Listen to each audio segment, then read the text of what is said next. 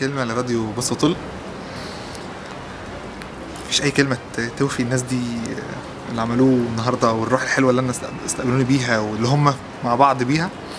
بس بجد أتمنى يا رب إن يديم المودة ما بينكم، وأتمنى إن أنا أجيلكم في زيارة تانية وتكون بقى بعد أول ألبوم. دعواتكم ليا يعني إن شاء الله. وأتمنى كمان إن ربنا ييسر حال الناس اللي موجودة في بص وطل دول، ويبقوا ينتقلوا من مرحلة إن هم راديو على الإنترنت لراديو FM، ومنها لقناة تلفزيونية، ومنها لقناة فضائية. يا رب كل ده إن شاء الله يتحقق. وأتمنى لأن هم بجد قد ده. وعلى فكرة والله العظيم أول مرة أشوف الناس دي النهاردة حالا من أقل من ساعة مثلا. بس بجد حسيت بألفة قوي قوي قوي قوي. ويا رب يا رب يديم الألفة دي والمودة ما بيني وبينهم وبين بعض. الجو بينهم تحفة. وأنا دلوقتي في جنينة بص وطل والجو برضه تحفة. بس هستأذنكم بقى عشان مسافر، ودعواتكم ليا جميعا.